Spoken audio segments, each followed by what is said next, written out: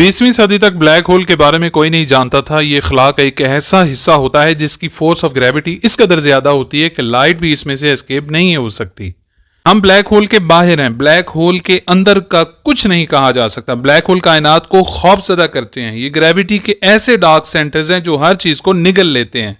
यानी black hole एक ऐसी अंधेरी जगह है जहां से वापसी का कोई रास्ता नहीं। ब्लैक होल को जानने के लिए चंद एक सवालात के जवाबात देने होंगे। मसलन ये बनता कैसे है, इसकी कितनी अक़साम है, क्या सूरज ब्लैक होल बन सकता है, कुरान में इनका जिक्र कैसे आया है। इसी तरह के और भी सवालात हैं जिनके जवाबात आज की वीडियो में दिए जाएंगे। आज की वीडियो बहुत दिलचस्प होने वाली है, इसलिए आखिर तक जुड़े रहिएगा। मैं हूं एजुकेशनिस्ट अली और आप देख रहे हैं बोलता ब्लॉग।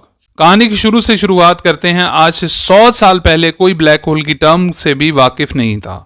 आइंस्टाइन की थ्योरी ऑफ रिलेटिविटी से ब्लैक होल्स की दरियाफ्त हुई। इस थ्योरी के दो हिस्से थे, एक जनरल थ्योरी ऑफ रिलेटिविटी और एक special theory of relativity. Special theory of relativity, जिसे 1905 में आइंस्टाइन ने पब्लिश किया, बताती है कि कैसे स्पीड टाइम को इन्फ्लुएंस करती है। अगर आप तेज स्पेस क्राफ्ट में बैठे हैं तो आपका टाइम स्लो गुजरेगा relative to the person who is sitting on the earth. Relative लफ्ज से ही आपको पता चलेगा कि टाइम ट्रेवल क्या चीज है।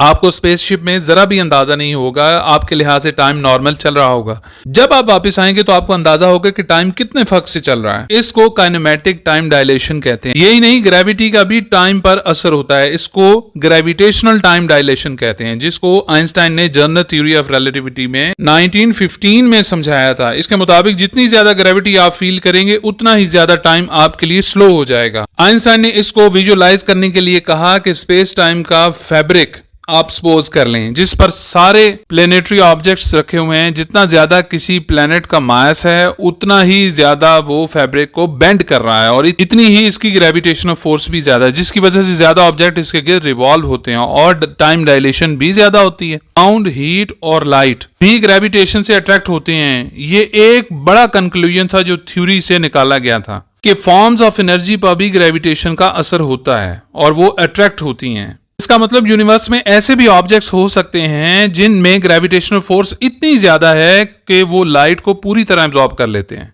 यानी कि ब्लैक होल्स। आइंस्टाइन ने ये बात थ्योरेटिकली की, लेकिन प्रैक्टिकली नहीं जानते थे कि ब्लैक होल्स होते हैं और ना ही वो यकीन रखते थे इस बात पे। ब्लैक होल लफ्ज सुन के आपको लगेगा जैसे कोई सुराख है और वो ब्लैक है, लेकिन ऐसा कुछ नहीं होता। ब्लैक होल बनते कैसे हैं? ब्लैक होल स्टार्स से बनते हैं। सन भी हमारा एक स्टार है। स्टार्स के सेंटर में न्यूक्लियर फ्यूजन रिएक्शंस होते रहते हैं जिनके नतीजे में हीट और लाइट पैदा होती है। हीट बाहर की तरफ एक फोर्स लगाती है जबकि अंदर की तरफ स्टार्स पर ग्रेविटेशन की फोर्स लगती है। इस तरह स्टार्स इन बाहर और अंदर की तरफ लगने वाली दोनों फोर्सेस में एक इक्विलिब्रियम बनाने के लिए कोशिश करते रहते हैं। लेकिन गौर करने की बात यह है कि ये जो रिएक्शन है न्यूक्लियर फ्यूजन, ये किसी न किसी फ्यूल की वजह से होता है, मसलन हाइड्रोजन या हीलियम। और ये फ्यूल हमेशा नहीं रहता बल्कि खत्म हो जाता है। इसके खत्म होते ही बाहर की तरफ हीट वाली फोर्स खत्म हो जाती है, बाकी बची ग्रेविटी और स्टार अपने अंदर ही कोलैप्स कर जाता है। लेकिन इसमें काफी लंबा टाइम लग जाता है। जैसे हमारे सन की एस्टिमेटेड लाइफ 10 बिलियन ईयर्स है। कोलैप्स के बाद अगला मरहला डिपेंड करता है स्टार के मैस पर। इस चार्ट को देखें तो एक एवरेज साइज का स्टार रेड जाइंट में बदल सकता है जो बाद में प्लेनेटरी नेबुला बन सकता है और वो व्हाइट ड्वार्फ में बदल सकता है। ज्यादा भारी स्टार का जब फ्यूल खत्म होगा तो वो बदल जाएगा रेड सुपर जाइंट में और ये सुपर जाइंट फट कर बदल जाएगा सुपरनोवा में।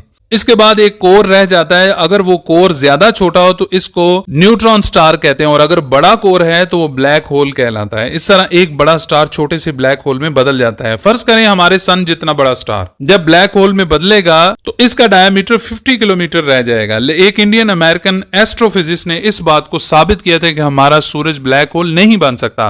इनका नाम सुब्रमण्यम चंद्रशेखर था। उन्होंने एक लिमिट निकाली, चंद्रशेखर लिमिट, जिसके मुताबिक एक व्हाइट ड्वार्फ का मास 1.39 टाइम्स द मैस ऑफ सन हो सकता है, लेकिन इससे ज्यादा मैस हुआ तो स्टेबल नहीं रहेगा और न्यूट्रॉन स्टार या ब्लैक होल में बदल जाएगा। क्योंकि हमारा सन इस लिमिट से नीचे है, छोटा है, इसलिए व्हाइट ड्वार्फ तो बन सकता है लेकिन ब्लैक होल नहीं बन सकता। अब तक ब्लैक होल की 4 अक़साम देखी गई हैं। पहला सबसे ज्यादा पाया जाने वाला black hole stellar black hole, ये स्टार से बनते हैं और साइंटिस्ट का एस्टिमेट है कि हमारी मिल्की वे गैलेक्सी में 10 मिलियन से 1 बिलियन की तादाद में पाए जाते हैं। दूसरा नंबर है प्रीमॉर्डियल ब्लैक होल और ये एक एटम जितने छोटे साइज का होता है लेकिन इनका मास एक पहाड़ी जितना होता है। एटम जितना छोटा साइज एक अजम्पशन है और ये थ्योरेटिकल हाइपोथेटिकल ब्लैक होल्स हैं, इनके बारे में ज्यादा मालूमात नहीं है। तीसरा नंबर है सुपर मैसिव ब्लैक होल्स। ये बहुत ही बड़े ब्लैक होल्स होते हैं, इनका मास 1 मिलियन सन्स के कंबाइंड मैस से ज्यादा होता है। एक ब्लैक होल का डायमीटर हमारे पूरे सोलर सिस्टम के बराबर हो सकता है। साइंटिस्ट के मुताबिक हर बड़ी गैलेक्सी के बीच में एक सुपर मैसिव ब्लैक होल होता है।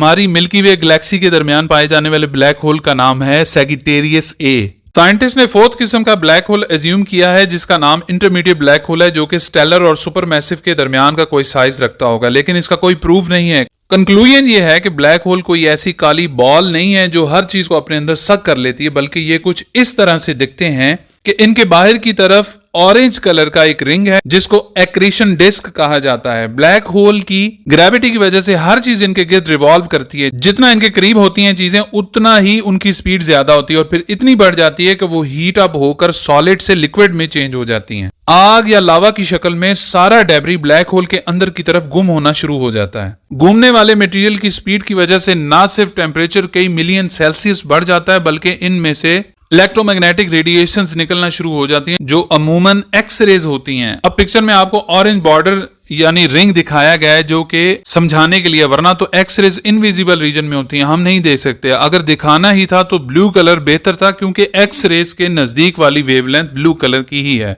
स्टार्स का ब्लैक होल में कन्वर्ट होना और ब्लैक होल मिस्ट्री को आप काफी हद तक समझ गए होंगे। कुरान मजीद में सूरह तकवीर की आयत नंबर 1 और 2 में इरशाद है, जब सूरज लपेट दिया जाएगा और जब सितारे टूट जाएंगे। इन आयात से पता चलता है क़यामत के करीब सूरज का फ्यूल भी खत्म हो जाएगा और वो बुझ जाएगा और सितारे टूटकर गिरेंगे, जैसा कि ब्लैक होल बनने में समझाया गया है। वीडियो पसंद आई हो तो लाइक और शेयर जरूर करें और कमेंट्स में अपनी राय का इजहार करें, और ये भी सजेस्ट करें कि अगली वीडियो किस टॉपिक पर होनी चाहिए।